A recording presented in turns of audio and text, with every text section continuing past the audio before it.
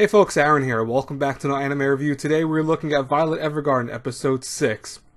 Now, if many of you guys follow me on Twitter, you guys know that I've had a pretty rough morning, to say the least. It's been a rough day. Lack of sleep and also, well, right now, I'm fully rested. I feel fine, but, earlier today I had lack of sleep and, just was really overwhelmed by a lot of stupid crap I was dealing with. And you guys already, if you saw my tweets, you probably already know them, so I'm not going to put in the video. But Violet Evergarden episode 6, the reason why I allude to this in the, kind of messed up beginning of my day, made today so much better. Because it was the episode that I've been waiting for from the series. It's one of those episodes that sticks with you, and in so many numerous ways, it's not even funny, to be honest with you.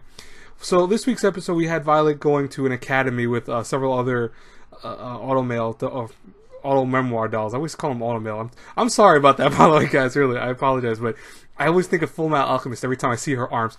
I don't think I'm alone with that. I legitimately think other people are like that too. But it's why when I say auto mail, right away, that's why I want to say that first before auto memoir dolls. But she goes along with several others and goes to this academy where they are kind of going to work with these scribes to write out various things from books and stuff like that, to make copies of them, etc. And she ends up teamed up with Leon, who is this guy who seems kind of, I want to say, a little bit weird. He's a little isolated. He doesn't seem very kind. Right away, he's telling Violet, "You better be able to keep up with me," because apparently Leon's one of the best scribes they have there. But lo and behold, Violet, with her typing skills, has already gotten recognition, and I think that's kind of interesting that we skipped that a little bit to show that it's been some time, and she's starting to get recognized for her skills. Like, she's being published in books and stuff like that already. Well, not books, but like magazines and stuff like that, saying that she's one of the better ones of the group, and kind of an upcoming, I want to say, star of the group. And lo and behold, you kind of can see that, because this dude is legit going like a mile a minute when he's talking. And she's just typing away, and then when he takes a pause, thinking, oh, maybe she's going to be lacking behind. She's already done. So that's how on point she was. Now, what's interesting from here, though, is that this is not the main concept of this week's episode. Really, what it is to show another story. And I don't want to say it alludes to something from the war, but I think it kind of plays into it, where Leon's family, as we find out in the later parts of the episode, were a happy family. This one dude came from, I think, another state or another country. And when he came in, he ended up having a child with one of the locals, who then had, him as a child. And, they were a happy family, but one thing the father used to do a lot was to travel to sell books and to find rare books. Now, the problem with that is that most likely, think about this for a second, if the war is going on and he's traveling around, he might have gotten caught up in it. He could have been captured, he could have been killed. So he disappears for a long time, and the mother goes off to find him, despite, having a child, which is kind of messed up, your kid needs you, and here you are. And I get that you must love the dude. Yes, I get that. I completely understand. But at the same time, your kid now has to be raised by a stranger for the most part. And the mother doesn't come back. She disappears also, so it alludes to maybe she couldn't find him, or maybe she's still scouring the world or whatever. And Leon kind of grew up, I don't want to say messed up because of that, but he also grew up kind of lonely from that. But within this week's episode, he actually starts falling for Violet and gets to know her better, even tries to hang out with her. Was surprised at first that he found out she was a soldier, but he got used to it. I think that's the nice thing about this week's episode, is that that's the true concept of love, seeing past people for what they are. And it's something that I always try to do myself whenever I fall for someone, or even like someone in general, is that you have to see the good and bad about them. Violet is basically a statue many times with how she talks and how she reacts.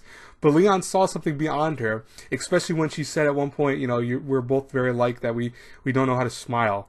And it's very true, because Leon, you could see it in his face when he was talking this week's episode. He wasn't really a happy person. He was dealing with all the stuff from his past, and also just probably content for other things, etc. And probably did not like the life he was living. Even though he might have been a great scribe, he wasn't enjoying that. So it was nice, though, that they got to see stargazing together. They saw a comet, which was a once-in-a-lifetime experience for them.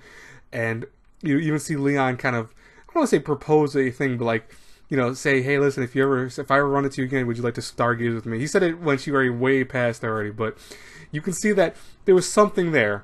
And what I also liked about this week's episode, and I kind of skipped over on purpose, is the fact that we have Violet finally coming to terms with, missing the major. She admits it when Leon explains what loneliness is. He goes, do you feel when he's gone or you don't talk to him for a long time? Do you feel that in your heart?